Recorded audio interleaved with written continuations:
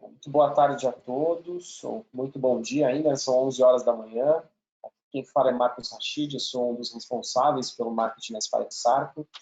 Eu vou pedir para vocês darem uma olhada no nosso campo de perguntas e caso vocês estejam me ouvindo bem, estejam vendo o nosso PowerPoint, a gente tem um PowerPoint aqui com o nome do nosso treinamento de hoje, para vocês mandarem para a gente as informações aí, olha, estou vendo o slide, estou ouvindo bem vocês, isso vai ajudar a gente a ter uma noção aí se está tudo bem, se tem algum problema com o áudio. Bom, eu vou continuar aqui, por enquanto eu não recebi nenhum retorno de vocês, legal, está tudo ok, bacana pessoal, então vamos dar início ao nosso treinamento, algumas informações iniciais, eu vou estar fazendo a mediação, então qualquer dúvida, fiquem à vontade para estar fazendo essas perguntas, que eu vou estar interpelando aí o Marcos Rodrigues, tá? Para fazer as dúvidas de vocês. Caso você tenha alguma dúvida e não deu tempo de fazer durante o treinamento, fique à vontade para tirar essa dúvida, né? Para fazer esse questionamento em nossa pesquisa de satisfação. A pesquisa ela aparece ao final do nosso treinamento, tá? Assim que você fecha o treinamento, ela já aparece para você e lá você tem um campo para você poder estar fazendo uma pergunta. Essa pesquisa de satisfação também te dá o direito de receber um certificado de participação do treinamento, tá? Eu anexei aqui também para a gente dar uma olhada, um documento, caso não esteja aparecendo para vocês, eu vou reanexar, é um documento sobre treinamentos presenciais, tá? Para mim está aparecendo aqui, então chama Catálogo Treinamento 2022, aí vocês podem estar olhando quais próximas datas que a gente vai ter os treinamentos presenciais, eles ocorrem no Brasil todo, tá?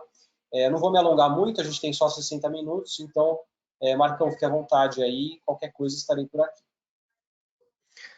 Bom dia a todos, meu nome é Marcos Rodrigues, eu trabalho na Sparexarco há bastante tempo e, logicamente, o nosso assunto hoje, gente, é avaliação em sistemas de vapor. Como o Rachid mencionou, vocês ficam à vontade para nos interromper. Eu vou dar uma acelerada aqui um pouquinho aqui nessa parte inicial, que é, logicamente, apresentando o nosso momento de segurança, é uma prioridade da Sparexarco. Antes de cada evento nosso, cada reunião, cada encontro, falar de segurança.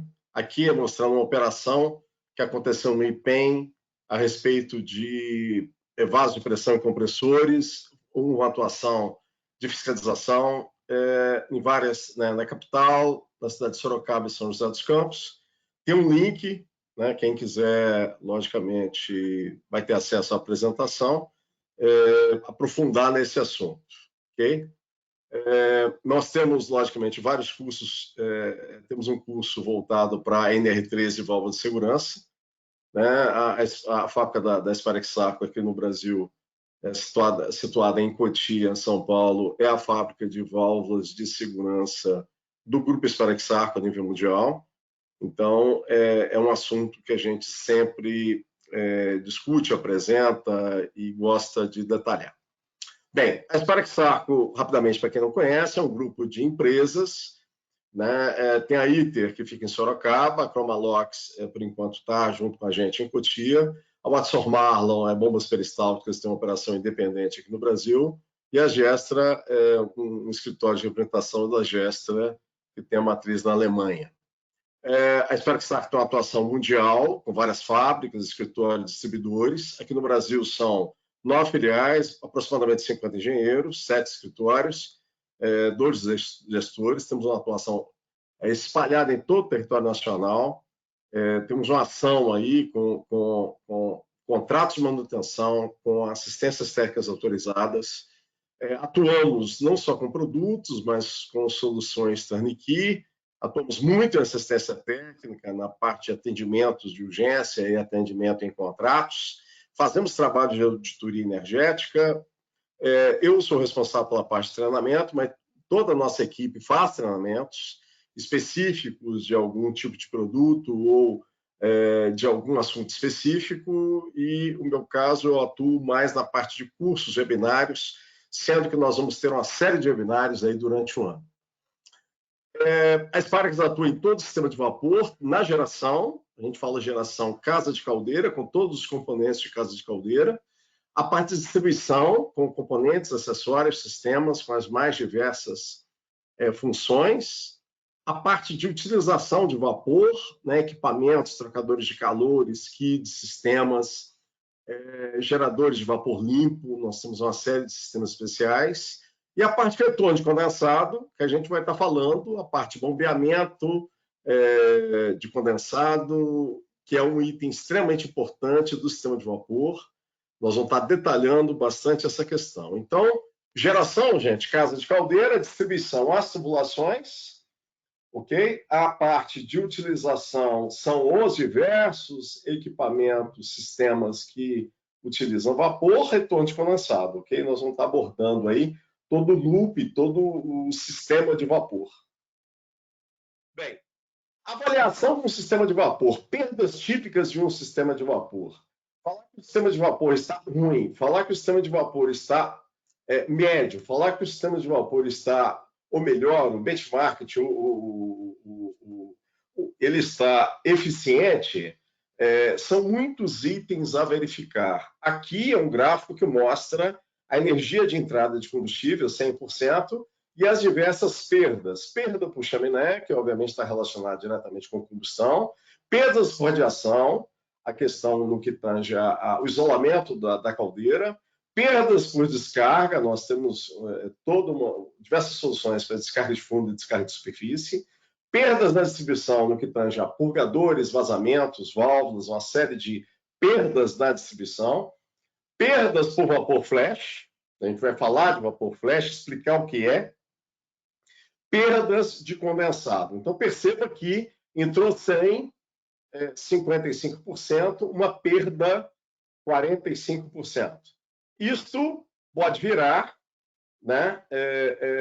A gente pode, logicamente, otimizar as perdas da chaminé com algumas ações, melhorar perdas por radiação, reduzir as perdas por descarga, e aí, logicamente, onde era 75 passa a ser 82, então já há uma melhora. Por outro lado, reduzir perda de distribuição, aproveitar todo o vapor flash, reduzir perdas de condensado e, em vez de 55, chegar com 77. Esses números são números médios, sendo que, obviamente, depende da caldeira, depende do sistema, depende da instalação, do isolamento da instalação. Isso aqui é para dar uma ideia do que a gente vai falar aqui, no que tange a avaliação de um sistema e logicamente, dos pontos onde nós temos, de forma mais fácil, mais rápido, uma resposta, uma redução de consumo de combustível, uma redução de consumo de vapor, ok? Muito bem. Detalhando isso um pouco melhor, uma das questões que a gente sempre menciona é que é interessante, quem não tem, a criação de um índice ou índices para gerenciar o sistema de vapor. Por quê? Obviamente, o vapor está relacionado à produção. Então, exemplo, quilo de vapor por hectolitro de cerveja produzida. É algo que a gente vê muito em fábrica de cerveja. Quilo de vapor por quilo de carne processada, em frigoríficos, empresas que processam carne. São dois exemplos, você pode criar o seu em função da matéria-prima, em função do produto que você produz. Óbvio que tem empresas que têm uma série de produtos e aí pode ser por volume produzido, aí você tem que exercitar isso para ver o que dá mais aderência ao longo do tempo, ok? A questão de criar um indicador, isso vem não só de você tirar efeitos de produção e de horas de operação, obviamente quanto mais horas de operação e quanto maior a produção, maior o consumo de vapor. Então, são formas de você relativizar e para você melhorar a sua visão, o seu gerenciamento no que tange a sistema de vapor. Então, a gente está falando em avaliação do sistema e para avaliar precisa gerenciar. Como, Marcos, que eu vou gerenciar isso? Como que eu vou ter a minha vazão? Se a minha vazão na caldeira muda, ora a caldeira está no máximo, consumindo o máximo de combustível, ora a caldeira está no médio, ora a caldeira desliga, porque a pressão chegou na maior pressão possível devido à falta de consumo. Então, é muito importante nós termos medição de vazão. né? O pessoal sempre pergunta para a gente, poxa, mas como medir? Temos medidores específicos para vapor, medidores específicos de água de alimentação de caldeira. Muita atenção, medidores de água de alimentação de caldeiras. Temos encontrado hidrômetros, temos encontrado medidores simples na entrada de água de caldeiras e, muitas vezes, medidores que dão uma imprecisão elevada. Ok? Como eu falei anteriormente, é muito comum que a caldeira tenha uma ampla variação de vazão. E o medidor de água também precisa absorver essas variações. Tem medidores de vazão de água que são de fundo de escala. Por exemplo, os tradicionais hidrômetros. Hidrômetros tem na casa da gente, na nossa residência, e são equipamentos que tem boa precisão, mas na vazão máxima. Então, você tem uma caldeira de 20 toneladas por hora, o hidrômetro, por exemplo, é de 25 metros cúbicos. Né? A vazão de água que entra na caldeira é a vazão de vapor mais a vazão das descargas. Ok? Descarga de fundo mais descarga de superfície. E aí, o que acontece? Ele tem uma boa precisão para fundo de escala. Então, é mais ou menos 1%. Né, de 25 metros cúbicos. Né, 1% de 25 metros cúbicos dá 250 litros. Ok? Mais 250 menos 250, você tem lá 500 litros. Isso aí é uma boa precisão quando você tem uma alta vazão. Porém, e quando essa vazão cai para 5 toneladas por hora na caldeira? Né? Caldeira de 20, ela pode operar, algumas caldeiras conseguem operar 25% da sua capacidade, e aí, obviamente, com 5 toneladas por hora, né? Os tais 500 quilos, os 500 litros de água que eu mencionei, da precisão do hidrômetro vai ser 10%, 500 litros hora vai ser 10% de 5 metros cúbicos, de 5 mil litros hora, ou 5 toneladas hora de vazão de vapor. Percebam? Então, essas questões são muito interessantes para se avaliar um medidor preciso na água, um medidor preciso no vapor. Para vapor, a medição é interessante que o medidor tenha compensação de densidade, porque muitas vezes você vai ter variação de vazão e variação de pressão também. Então, obviamente, pequenas variações de pressão, mais ou menos 1 bar, por exemplo, de pressão, pode provocar uma diferença substancial na vazão ao longo do mês, ao longo do ano. Ok? Então, medição de vazão é algo interessante para se ter o quê? Uma avaliação, não só para você ter o seu índice o mais correto possível ao longo do tempo, mas para você gerenciar o sistema de vapor.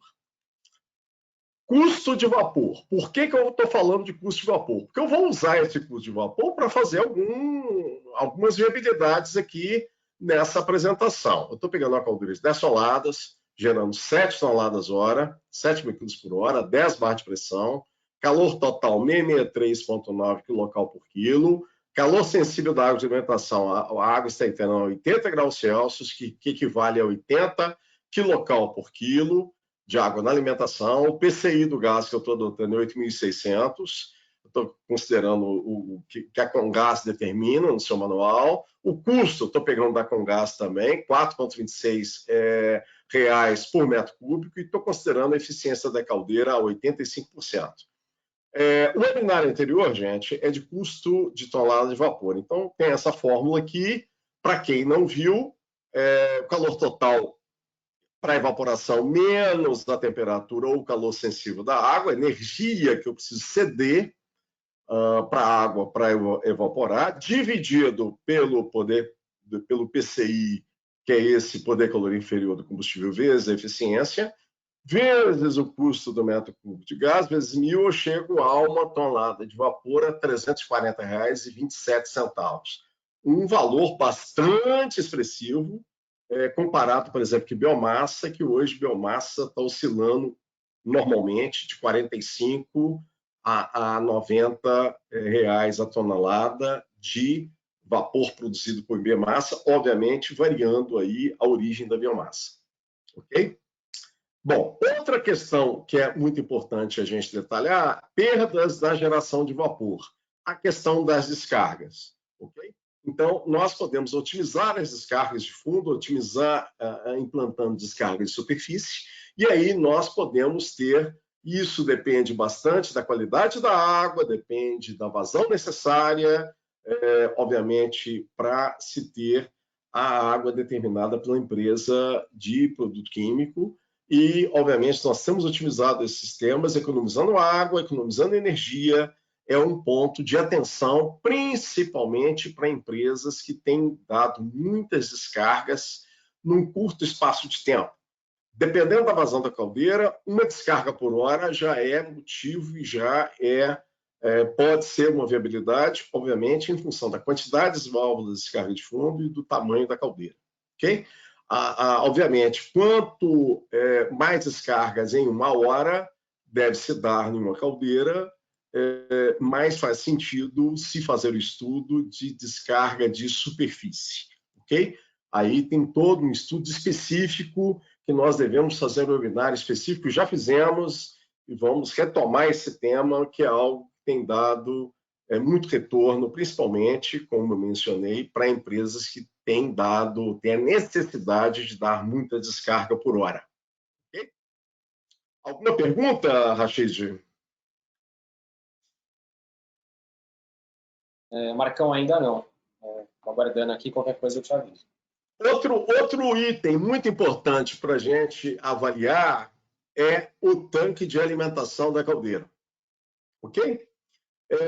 Nós temos casos, e aqui estou mostrando um tanque do lado direito, perdendo vapor flash, com baixa temperatura, alto teor de oxigênio, perda de água, possível transbordo, sem controle de água de make-up. Água de make-up é aquela água fria que eu estou complementando, ok? Já que muitas vezes o meu retorno de condensado ele é de uma vazão, obviamente, menor do que a vazão que eu estou gerando de vapor, ok?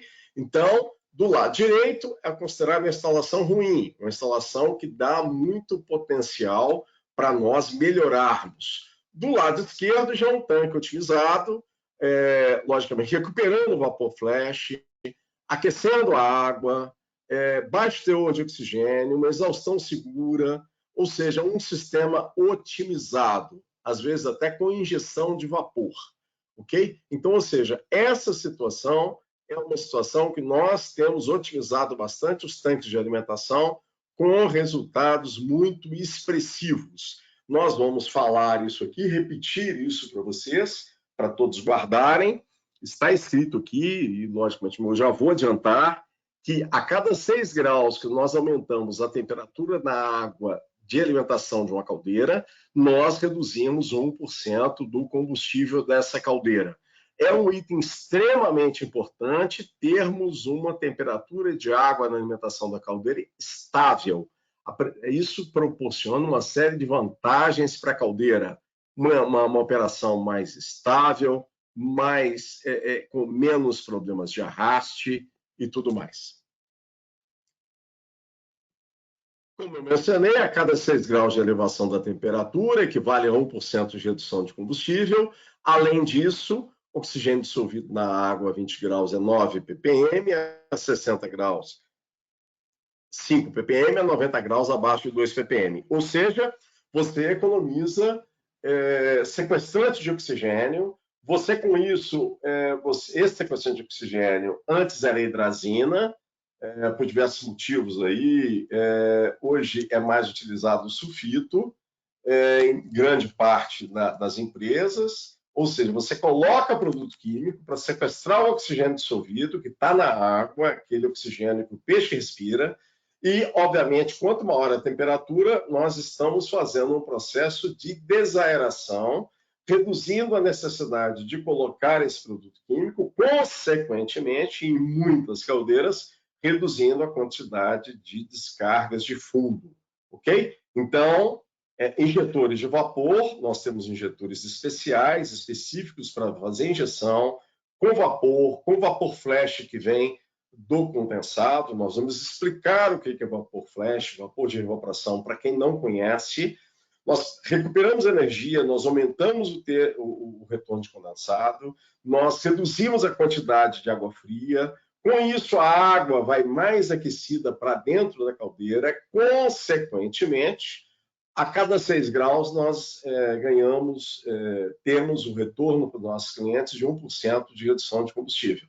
Temos tido retornos de 5, 6 graus até 20 graus, fazendo, às vezes, pequenas modificações em tanques de condensado existentes. Muitas vezes me perguntam: Marcos, então eu tenho que arrancar fora o meu tanque, colocar um outro tanque? Às vezes não. Às vezes, só com a modificação em tanque existente, nós conseguimos otimizar bastante, melhorar bastante a sua performance, trazendo uma série de ganhos diretos e indiretos na sua geração de vapor.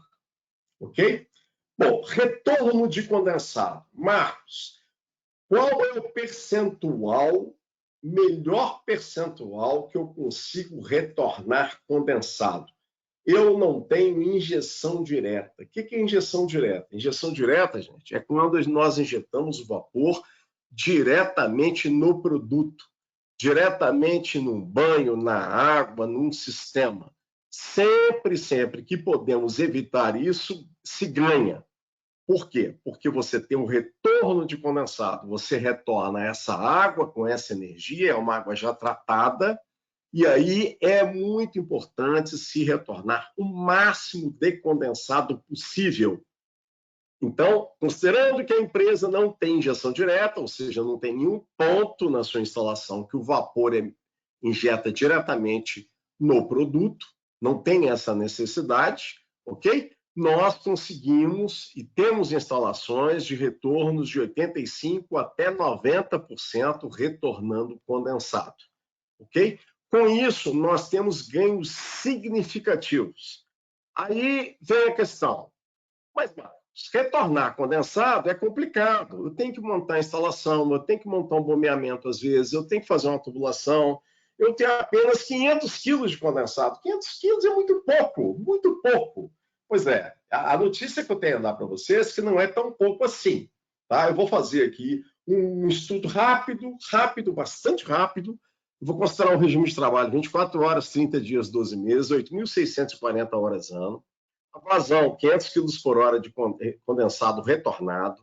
Eu vou considerar uma temperatura desse condensado a 95 graus de forma bastante conservadora. Eu vou considerar o vapor flash que eu vou ter de 4 bar para 0 bar. O que é isso? Eu tenho água antes dos purgadores a 4 bar de pressão. Isso está a 151 graus. Quando essa água passa para uma pressão menor, no nosso caso aqui, nós estamos descarregando com a tubulação, que está a pressão atmosférica, eu tenho uma reevaporação, ou seja, eu tenho um flasheamento de 10%. 10% reevapora, ok? Então, eu tenho 50 quilos de vapor flash e 450 quilos hora de água na tubulação de condensado, ok? O custo do metro cúbico de água, para simplificar, 10 metros cúbicos. Tem local que é 3, a gente sabe, por uma série de questões. Tem lugar que chega a quase R$30 o metro cúbico hora, em função de uma série de dificuldades, tratar, obter, conseguir a água para o seu processo. Então, nós temos energia contida na água, 400 quilos hora, vezes a quantidade de horas do ano, vezes 95 quilocal por quilo, eu chego quase a 370 milhões de quilocal ano, dividido no caso aqui, gás natural, que eu estou mostrando gás natural, né? Vocês lembram do custo, 8.600 quilocal por metro cúbico, eu chego a quase 43 mil metros cúbicos ano de gás, a 4,26 eu chego a quase 183 mil reais ano.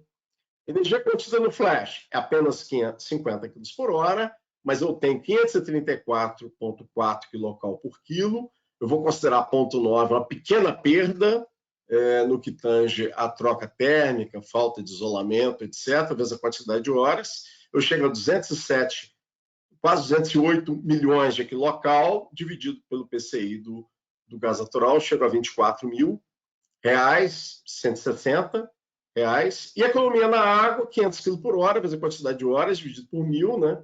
Para chegar no metro cúbico, eu chego a 43 mil reais. Então, perceba, gente, isso é apenas para 500 quilos hora de condensado. Ou seja, 250 mil reais, um save ano. Isso aí é normalmente esse valor, esse saving, normalmente é muito mais alto do que uma tubulação e uma estação de bombeamento, caso for necessário. Percebam que é muito importante hoje, é algo que você pode, com um pequeno investimento, melhorar muito o seu retorno de condensado, melhorar muito a temperatura da entrada da caldeira, da água na caldeira, fazendo com que haja um benefício muito grande de economia de água, economia de energia e economia de combustível. Bem, a parte do isolamento térmico. Isolar termicamente tubulações quentes não é uma exigência só trabalhista, acredito que todo mundo saiba, não se deve ter nenhuma superfície acima de 40 graus na área industrial, e isolamento é uma necessidade de segurança, mas também tem a questão da perda, né? E nós temos, desculpe, uma perda por condensação. A condensação numa tubulação não isolada é de 8 a 10 vezes superior a uma tubulação isolada, óbvio que depende muito de temperatura, depende muito de espessura e eficiência de isolamento. 8 a 10 é um índice bastante conservador, por isso que a parte de isolamento térmico é bastante interessante estar atento aí, você ter todas as superfícies isoladas. A parte de vazamentos, né? Marcão, O sistema de vapor, pode perguntar.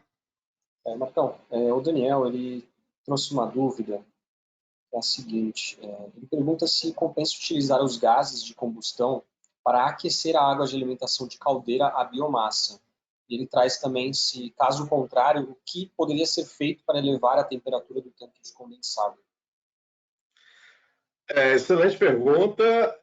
A parte, não sei se todo mundo conhece, vários fabricantes de caldeira desenvolvem economizadores, que são trocadores de calor, que ficam instalados em tubulações, exatamente na tubulação de saída dos gases, exatamente para pré-aquecer a água, são trocadores de calor, pré-aquecem a água e a gente pode considerar que a cada 6 graus que você aumenta 1% também, você reduz o combustível.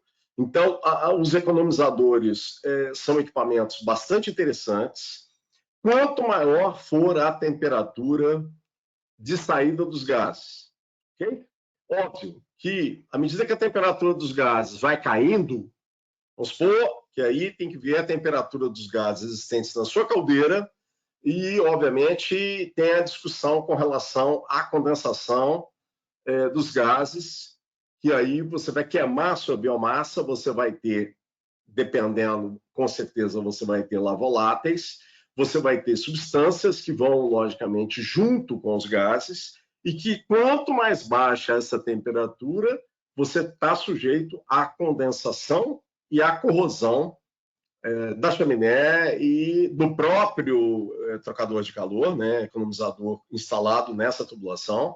Por isso que é interessante, é muito interessante fazer uma discussão com o fabricante da caldeira, ok? Para, logicamente, verificar os fabricantes de caldeiras, porque vários desses fabricantes estão instalando esses tipos de equipamento para ter o benefício de pré-aquecimento de água. Nós, da Sparex Arco, temos recebido várias consultas, estamos estudando a possibilidade de fazer desenvolvimentos nessa área aqui no Brasil, ok? Eu adianto que, se a caldeira queimar óleo, é muito importante que a temperatura seja, ou seja, você tenha cuidado para a temperatura não cair, tá? Então, dependendo do óleo, 160 graus, dependendo do óleo, 180 graus a saída, porque senão você vai ter a condensação do enxofre, né? Criando, logicamente, corrosão com ácido sulfúrico, ok? Você tem também limitações para gás natural, você tem limitações também para biomassa, por isso que é muito interessante consultar ou o fabricante da sua caldeira ou fabricantes de caldeiras para, logicamente, verificar a possibilidade de avançar com esse projeto, com esse desenvolvimento, ok? Nós temos encontrado e temos sido chamados para também solucionar alguns problemas, porque, em muitos casos, tem que se tomar um cuidado.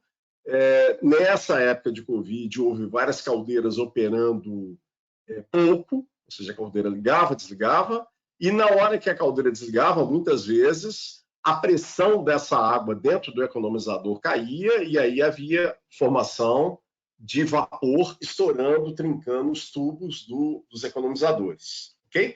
Então, tem que se tomar alguns cuidados, ok? Tem que estar atento aí à instalação, mas é uma solução, um estudo que vale a pena, porque pode-se ter um retorno bastante interessante. Mais alguma pergunta, Rachid? Ainda não. A parte de vazamentos, gente, é muito importante. Aqui é uma tabela, eu estou considerando um pequeno vazamento de 3 milímetros, 1/8, a 10 bar de pressão, daí 43,5, né, quilos-hora, e aí, logicamente, projetando aí para o mês 24 horas, 30 dias, dá 31 toneladas, no ano 375 toneladas, com aquele valor lá de 340, eu chego a quase 128 mil reais, um pequeno vazamento de 3 milímetros. Ah, mas esse valor seu tá muito alto. Tá muito alto, sim. 130 mil, um vazamento de 3 milímetros. Então, por favor, gente, estejamos atentos a esses vazamentos. É a primeira providência, é o que tem menor custo, tirar vazamento de sistemas de vapor. Esses vazamentos aqui são chamados vazamentos externos, vazamentos por orifício. Nós vamos falar também de vazamentos de purgadores, ok? Que é também o que a gente chama de vazamentos internos. E o que é purgador? Purgador é um dispositivo mecânico utilizado para drenagem de tubulações, como está mostrando no slide, e também para drenagem de equipamentos. Todo sistema de vapor possui purgadores. É raro o sistema que tem, logicamente, poucos purgadores. Então, a pequena instalação tem de 10 a 30 purgadores, uma unidade de uma refinaria tem lá 300 a 600 purgadores e, obviamente, você tem muitos purgadores, como eu mencionei, drenando equipamentos e drenando tubulações. Inspecionar esses purgadores, verificar vazamentos, é algo que é uma excelente prática e também está na avaliação do sistema de vapor. Okay? Por quê? Porque o que existe são de tecnologia, nós temos tecnologia nesses purgadores, fabricamos esses purgadores há mais de 100 anos, temos vários modelos, vários tipos, vários tamanhos desses purgadores, e aí o que acontece? O purgador falha aberto.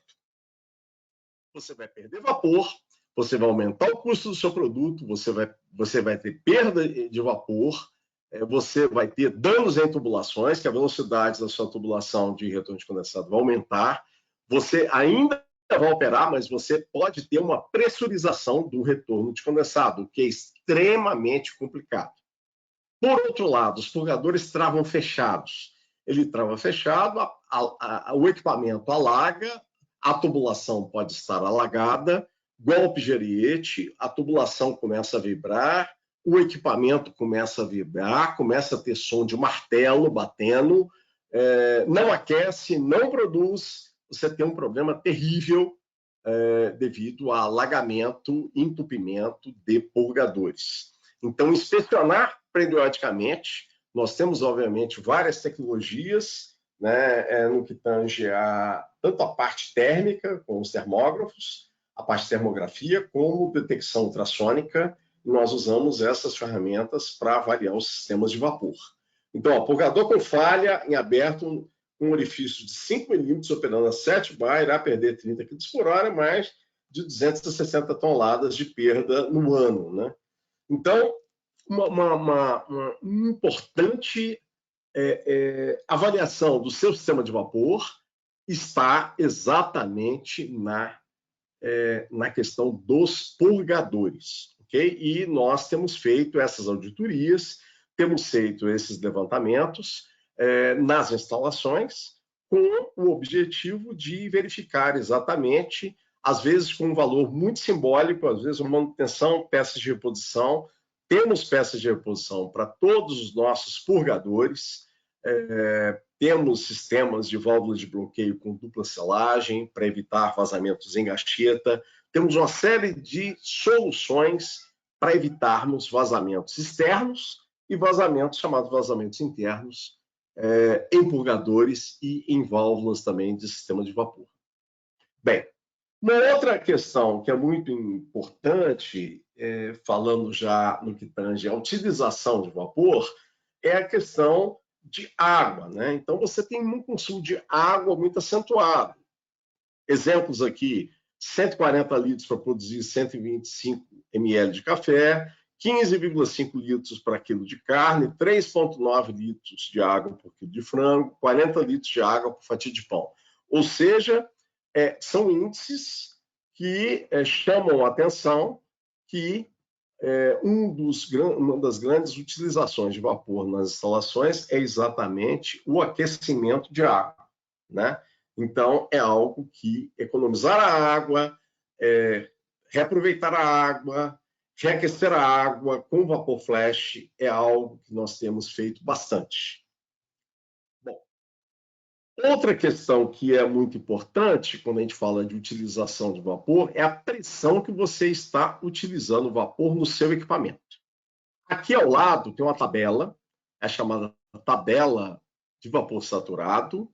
Para quem não conhece, você tem na coluna da esquerda pressão relativa. Então, você tem kgf por centímetro quadrado, por exemplo, a 3 kgf por centímetro quadrado, você tem uma temperatura de 142,9, você tem um calor latente de 509,8. Né? Se um equipamento estiver operando, por exemplo, a 8, né, no manômetro, 8 kgf por centímetro quadrado, o vapor vai estar a 174,5 graus. Então, o que acontece? E vai estar, cada quilo de vapor vai ter lá 485,6. Obviamente, se você tem condição, se você está aquecendo um produto, por exemplo, a 80 a 90 graus, qual que é a restrição que você teria para você reduzir a pressão de 8 para 3? Poxa, aí eu ainda vou ter com 3, 142,9 graus Celsius no vapor. Então, eu vou, na maior parte dos sistemas, conseguir aquecer, manter um sistema a 80, a 90 graus com toda a tranquilidade. Só que a 8 eu tenho 485 quilocal por quilo. Mas a 3 eu tenho praticamente 510. Então eu vou ter, né, fazendo uma conta redonda aqui, 14 mais 10, eu vou ter 24 quilocal a mais. Obviamente, dividindo 24 por 500, aproximadamente eu vou ter 4 a 5% menos consumo de vapor só com a instalação de um sistema de redução de pressão. Além disso, ao você reduzir pressão, você melhora a qualidade do vapor. Você tem um vapor mais seco, ok? Nós, depois, quem interessar, nós podemos explicar, exemplificar, mostrar, demonstrar. E, na prática, nós temos muitos resultados obtidos. Quanto mais distante você tiver o seu equipamento da casa de caldeira, obviamente, mais úmido esse vapor saturado se encontra. Uma redução de pressão ajuda muito a ter uma melhor qualidade, a ter um melhor título, ou seja, você tem mais energia e você consegue melhorar bastante a qualidade do seu vapor e, consequentemente, reduzir a geração de vapor. Então, nós temos instalado muitas reduções de pressão em função dessas questões de você estar utilizando um vapor de alta pressão para aquecer algo a uma baixa temperatura. Ok?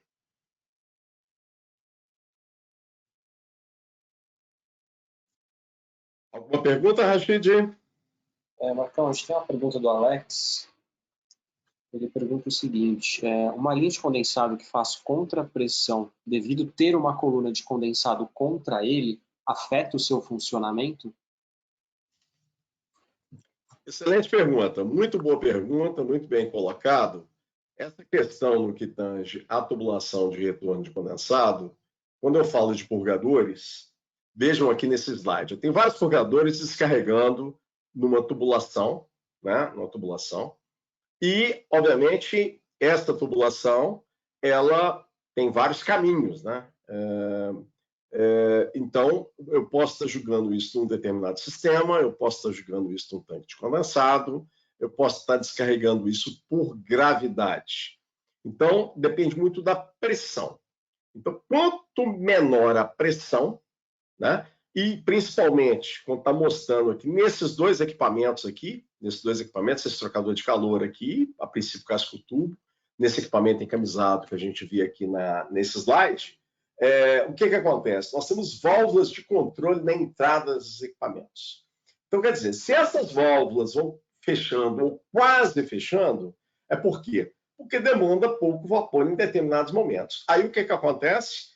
Qualquer elevação após o purgador é uma chamada contrapressão, que é exatamente quem perguntou. E aí você tem, por exemplo, se há uma elevação de 10 metros, você vai ter uma contrapressão de, no mínimo, 1 kgf por centímetro quadrado na saída do purgador.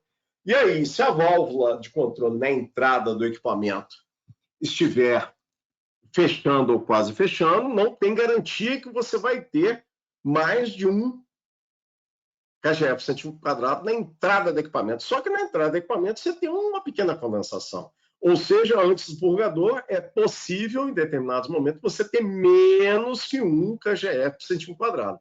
Com certeza, nenhum purgador funciona quando a pressão antes do purgador se iguala à pressão nas saídas. Se tem essa possibilidade, como mencionei, quanto menor a pressão que se utiliza vapor, mais atenção, mais cuidado se deve ter com a tubulação e o sistema de condensado. Ou seja, deve-se estudar você ter uma drenagem por gravidade. Você descarregar o condensado por gravidade, você não ter coluna após os purgadores, evitando essa contrapressão, evitando alagamentos, evitando golpes, evitando rompimentos de boias nos purgadores, evitando o problema de estourar, trincar a parte de baixo, a parte inferior dos equipamentos, romper serpentinas, etc. Ok? Então, agradeço quem perguntou, porque realmente é muito importante estar avaliando. Temos feito grandes trabalhos em reduzir a pressão, como falei, obviamente, você melhora e reduz o consumo de vapor, porém, você tem que ter um cuidado extremo de estar atento com relação ao retorno de condensado, ok? Com relação a você ter uma descarga livre, principalmente quando você tem válvulas de controle na entrada de vapor dos equipamentos, que é uma tendência, né? Hoje, praticamente, grande parte dos equipamentos tem válvulas de controle para que você tenha somente aquele vapor necessário para você manter o seu fluido, o seu sistema estável na temperatura que você precisa do seu fluido, da sua água quente, o seu fluido de processo. Marcão, necessariamente teria que quebrar essa contrapressão? Necessariamente, o que é muito importante é ter um manômetro lá ou um transmissor de pressão para você ter uma avaliação se essa pressão, se você não tem, logicamente, uma contrapressão. E aí, na hora que você identificou a contrapressão e que você tem um manômetro depois da válvula de controle, da entrada do equipamento, você mesmo já identificou que o equipamento está alagado. Esse alagamento você pode conseguir ter uma estabilidade nele, e alguns equipamentos você consegue manter o sistema operando com uma pequena área de troca alagada, mas muitos sistemas, principalmente com grandes variações de processo, o sistema alaga, dá muito golpe, porque muitas vezes a válvula de controle abre de uma vez. Então, por isso que é uma instalação de um manômetro na tubulação de retorno de condensado, você já começa a ter uma noção muito boa se isso está te provocando ou te causando perda de produção, perda de processo, danos nos equipamentos, golpes, ruídos, danos nos purgadores, etc. Ok? Mais alguma pergunta? Muito Sim, bem. Marcão, tem mais algumas perguntas? Você quer que eu já faça as perguntas ou você prefere finalizar e a gente retoma? Você podia, se for de assuntos que eu já mencionei, você podia fazer mais uma pergunta, até porque é mais ou menos 15 para o meio-dia, né? Porque eu já estou aqui na reta final aqui. Tá. Tem uma pergunta do Thiago que ele traz o seguinte questionamento, né? Qual que é a melhor técnica para avaliar passagem de vapor por válvulas fechadas, né, vazamentos, em sistemas fechados? Hoje é como eu falei, a mesma questão, a mesma aplicação de purgadores. Você tem termografia hoje amplamente disseminada nas empresas. Muitas vezes se usa termografia, os termógrafos muito na área elétrica, né?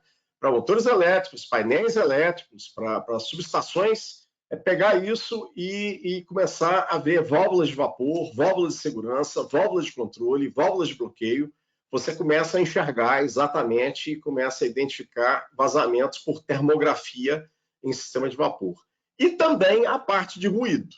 Tá? Você com ruído, você também tem a identificação de, obviamente, de passagem em válvula de controle, em válvula de segurança, naquela válvula de segurança que está muito no alto, difícil de ver, e válvulas de bloqueio também. Ok? Muito bem. Então, como eu mencionei, durante o processo, né, você tem a questão de vapor flash. Toda vez que eu tenho um purgador, eu vou ter aquele purgador descarregando uma água de alta pressão para baixa pressão. Como mencionei, o purgador precisa ter um diferencial de pressão para funcionar e você vai ter uma formação de flash. Quanto maior a diferença de pressão, maior o percentual que em massa vai flashear daquela água, daquele condensado. Tá? E aí é muito interessante você pegar esse vapor e aproveitar isso. Tá? Uma das estratégias que nós temos feito é a instalação de um trocador de calor, na verdade, de um condensador chamado EVC. Estou apresentando aqui, nós temos várias soluções, nós podemos pegar esse vapor flash, acondicionar isso num sistema e aproveitar esse vapor, né? E pode você ter esse trocador, você vê que ele é um trocador modular, ele é bastante simples, não tem válvula de controle, o flash sobe, entra contra fluxo a água que está passando nos tubos horizontais, o trocador é todo inox, já tem uma junta de dilatação para grandes variações de temperatura, né? Águas aí a 5, 10 graus e logicamente, vapor flash a aproximadamente 100 graus. E aí você vai ter o condensado do flash sendo descarregado e pré-aquecendo a água de alimentação da caldeira. Então, nós temos tido aí muito sucesso com a aplicação isso em tanque de condensado e naquele vapor que fica saindo de desaeradores, ok? Vapor saindo de tanques de condensado, como a gente está mostrando aqui, nessa foto, e também aquele vapor que sai de desaeradores, ok? Resumo, um bom projeto, boa instalação, eficiência de isolamento térmico, considerar a recuperação de calor, eliminar vazamentos, monitorar a operação de purgadores, retornar condensado, rever regras de condensado contaminado. Aqui está mostrando, gente, um croquis de um sistema. Nós temos sistemas de condensado contaminado por condutividade e com turbidímetro, quando a contaminação é com óleo, com graxa. Nós temos instalado esses sistemas para aumentar o retorno de condensado, para você não descartar o condensado por contaminação de condensado. As inspeções da Sparaxarco, você, obviamente, verifica custo de água e combustível, verifica problemas, faz inventário completo de purgadores, vê as perdas de energias, vê oportunidade em perdas de produtividade, indica, logicamente, qualidade, quantidade e pressão correta de vapor, recuperação de calor, manutenção e substituição de purgadores, medida para garantir segurança e atendimento de normas. Ou seja, são relatórios que fazemos nessas avaliações ou inspeções ou auditorias energéticas, como queiram. Nós temos feito isso de forma sistemática nas várias instalações do mundo. Aqui no Brasil chamamos de ENGAP, Engenharia de Aplicação. No mundo chamamos de Walk the Plant, que é o sinônimo, né? Andando pela instalação ou verificando a instalação. E, logicamente, nos colocamos à disposição de todo o mercado para avaliar as instalações de vocês. Mais alguma pergunta? Sim, Marcão. Renilson, perguntinha aqui referente ao purgador. Como é que faz para identificar quando o purgador está dando passagem de vapor ou está alagado? A parte de purgadores, falando de forma bastante direta, é o seguinte, por isso que eu faço de termografia. Você vê nessa foto aqui que do lado você tem a cor vermelha, do outro lado você tem a cor verde. Então, ou seja, um purgador ele deve ter temperatura elevada na entrada, temperatura baixa na saída. Essa é uma regra básica que você deve ter, por isso que termografia, essa foto termográfica, né, ela dá a visão, como está mostrado aqui, tão direta, tão imediata, para mostrar que esse purgador está indicando que ele está em perfeita operação. Aí, o que complica, dificulta essa avaliação termográfica? Muitas vezes você tem uma pressão elevada na saída. E a pressão na entrada do purgador é baixa. Então, como eu mencionei, por exemplo, se você tiver 1 bar na entrada, 1 kgf por centímetro quadrado, você vai ter em torno de 120 graus. E aqui você pode ter um bar também, né? O 0,5 vai ter em torno de 110 graus. Então, ou seja, às vezes você vai ter uma diferença de temperatura pequena, porque a diferença de pressão na entrada com a saída é pequena, e aí começa a ter sentido você ter uma detecção ultrassônica também, que você, junto com a análise termográfica, você tem uma precisão muito maior de avaliação em purgadores. É importante ressaltar que, como eu mencionei, há desafios, como toda técnica de análise, né? Se a gente pode falar de análise preditiva, né? Tanto a detecção ultrassônica como a análise termográfica, ela tem limitações. Então, você tem limitação porque uma análise termográfica, você está vendo a radiação, então você, obviamente, não é fácil, porque você tem uma superfície, às vezes, corroída, às vezes você tem uma superfície pintada, ela pode ter a cor negra, ela pode ter outra cor, pode ter um alumínio, dá diferença de emissividade. Então, tudo isso tem a ver com a experiência de quem está realizando essa análise dos purgadores. Por isso que, muitas das vezes, nós nos colocamos à disposição de fazer essa análise e, obviamente, sempre com a visão de que é interessante, a gente está cada vez mais tentando propor para os clientes fazer uma análise preventiva nos purgadores, mesmo aquele purgador que opera bastante, porque aquele purgador pode estar prestes a danificar, prestes a sujar, limpar os filtros, verificar a válvula de retenção, são acessórios imprescindíveis para purgadores, por exemplo, de boia, filtro, válvula de retenção, e esses acessórios, por exemplo, purgadores termodinâmicos já não necessitam de válvula de retenção, mas necessitam de filtros. Então, é sempre muito importante estar verificando os purgadores e estar, de preferência, fazendo uma desmontagem, limpeza, pois você vai ter o seu sistema de vapor, as suas drenagens do seu sistema de vapor em perfeitas condições. Mais alguma pergunta? Marcão, a gente tem uma pergunta do Emerson. Ele não especifica se há um problema que ele está tendo, mas eu imagino que ele queira entender melhor um passo a passo para ele poder fazer uma avaliação, pelo menos uma avaliação rápida, né? O caso dele é o seguinte, ele fala que ele tem um tanque de alimentação aberto para a ATM e o sensor dele está marcando uma água com temperatura maior que 100 graus, exatamente 103 graus. Ele queria saber o que pode estar acontecendo. Excelente colocação, excelente pergunta.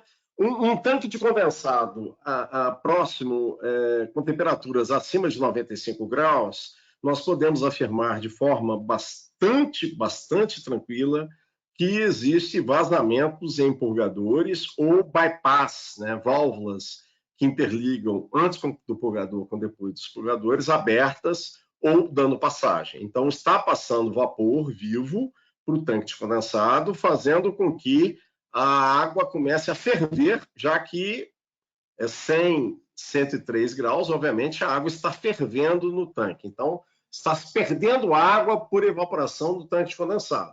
Então, a primeira providência é avaliar os purgadores, avaliar o sistema de vapor, exatamente para sanar esses vazamentos e fazer com que essa temperatura reduza, ok? Normalmente, um sistema que retorna, uma empresa que retorna 100% do seu condensado, deverá ter lá de 85 a 90 graus no tanque de condensado. Passando isso, por isso que eu mencionei 95 graus, obviamente esse termômetro pode estar embaixo do tanque ou pode estar no meio do tanque, e obviamente quanto mais acima do tanque, quer dizer que você tem uma convecção dessa água dentro do tanque, fazendo com que a água ferva lá. Então, a primeira providência nesse caso é exatamente fazer uma inspeção nos purgadores e na instalação de vapor, porque pode haver uma válvula de bypass. Eu já tive problemas memoráveis com válvulas de bypass, né? Aquela válvula que interliga a entrada do purgador com a saída do purgador, e se montou uma válvula de esfera com a haste alinhada, né? A haste alinhada tradicionalmente é a válvula aberta, mas a esfera estava fechada, e aí na hora que você coloca a alavanca da válvula de esfera perpendicular, sinal de que a válvula estaria fechada, a esfera estava dando passagem total. Então, por conta de 3 válvulas de meia polegada, eu fiquei 2 dias em uma instalação com 650 purgadores, a fábrica parada, a tubulação de retorno de condensado pressurizada, já que tinha muitos purgadores operando a 2, 3, 4 e 6 bar. Alagou tudo. E aí nós tivemos que encontrar, aí nós finalmente encontramos essas válvulas. Infelizmente, alguns modelos de válvula de esfera, é possível se montar de forma equivocada a alavanca, né? E aí nós tínhamos um retorno de condensado pressurizado, salvo me engano, estava 4 a 5 bar, e aí alagou tudo. Ou seja, foi um desespero, realmente foram 2 dias muito difíceis, até que nós conseguimos resolver o problema, despressurizar o retorno e colocar a fábrica toda para operar novamente. Mais alguma? Marcão, o Celso traz aqui uma dúvida em relação à auditoria energética realizada pela Sarco. Ele pergunta se essa auditoria energética ela detalha o ROI dos projetos de investimento pelas empresas ou apenas quantifica os ganhos com as melhorias?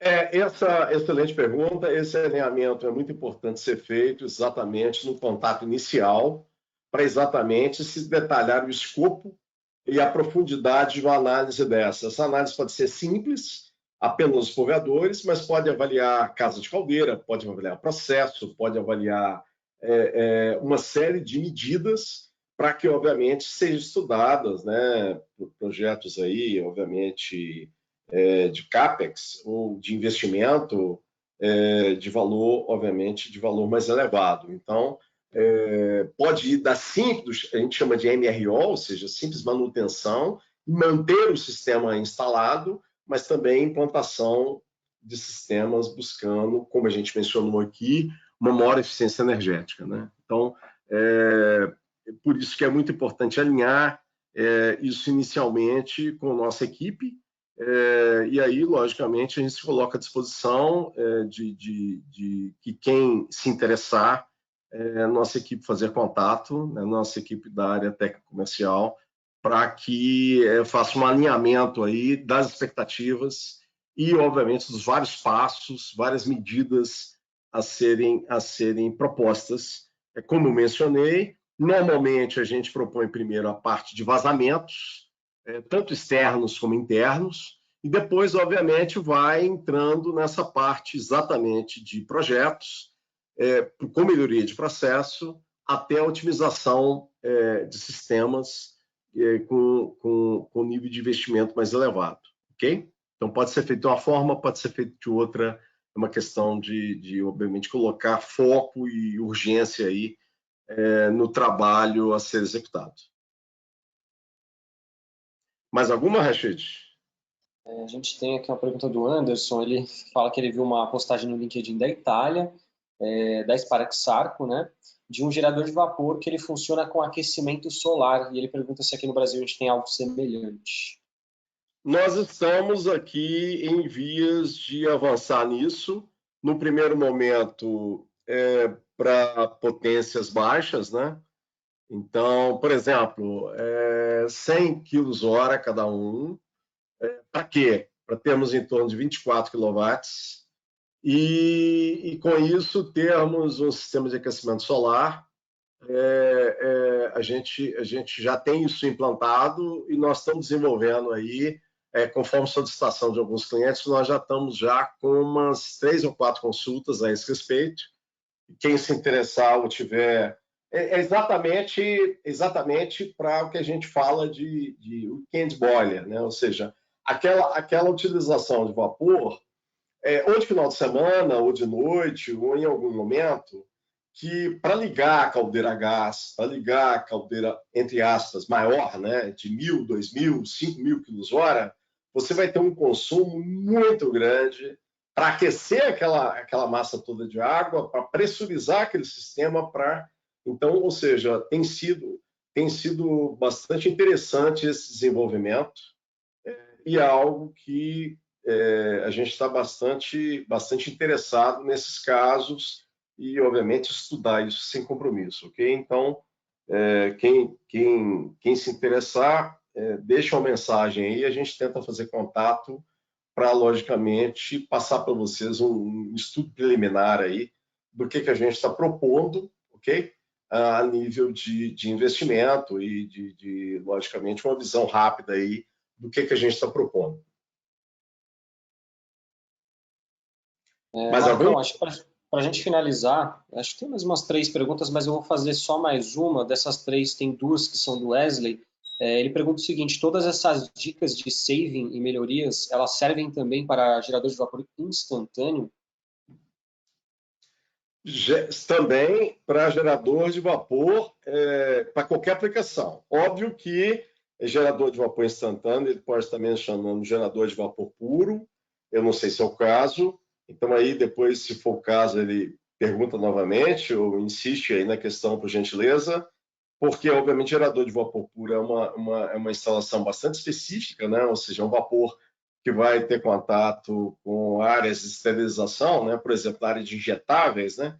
Então, toda a indústria farmacêutica que tem injetáveis precisa de gerador de vapor puro. Então, é um gerador de vapor inox totalmente especial, que com uma série de questões técnicas bastante específicas no que tange a rugosidade, no que tange uma série de critérios, que tem que ter uma água altamente pura, né? Normalmente da WFI, na entrada do vapor, e aí para gerar esse vapor. Então, esse vapor é um vapor que vai passar exatamente para tubulações de aço inox, polidas e para esse tipo de aplicação específica na área de esterilização de injetáveis, ok? Então, assim, a mesma coisa se aplica para qualquer tipo de caldeira. Se a caldeira for elétrica, se a caldeira for a gás, se a caldeira for a biomassa, qualquer tipo de caldeira, qualquer tipo de instalação de vapor, tudo isso que eu falei aqui, você aplica. Óbvio que vai ter instalações que você vai ter mais oportunidades, né? Vapor superexcido, normalmente você tem dezeradores, nós estamos fabricando dezeradores no Brasil, já tem 3 anos, e é algo que é uma tendência para aplicações em vapor saturado. Agora, eu não mencionei essa parte de dezeradores, porque é algo muito específico, eu devo fazer um webinar ainda esse ano, um novo webinar sobre dezeradores. É importante mencionar, Rachid, você podia colocar o link para nós aí, dos webinários que nós já ministramos, para o pessoal ter acesso, quem se interessar, por favor. Perfeito, Marcão. Já estou compartilhando com o pessoal aqui o link, tá? Para o pessoal acessar os nossos treinamentos anteriores. Está uma lista extensa de treinamentos que a gente já fez online.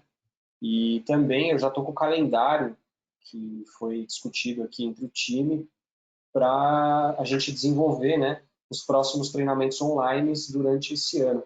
Então, eu já estou com um calendário aqui, a gente vai ter vários temas, vamos falar sobre alimentos e bebidas, vamos falar sobre NR13, válvula de segurança, termocompressor, vamos falar especificamente de algumas indústrias, tá? Frigorífico, laticínios, óleo e gás. Então, tem uma lista extensa aqui, tanto dos nossos treinamentos, que eu vou estar mandando para vocês agora, que já ministramos, né, ao longo dos anos anteriores e esse ano, e também estou com o calendário que a gente vai começar a divulgação pelo LinkedIn, por e-mail e pelo nosso site também, sparexarc.com.br, e vocês podem estar se inscrevendo também, tá? A gente provavelmente vai começar a divulgação ainda nessa semana. Então, Marcão, agradeço aí a disponibilidade, agradeço a todos que estão aqui com a gente, e caso tenha alguma dúvida que ficou em aberto, fiquem à vontade para fazer na nossa pesquisa de satisfação, lá tem um campo especificamente para isso. E é isso aí, pessoal, um bom almoço a todos. Marcão, agradeço aí mais uma vez.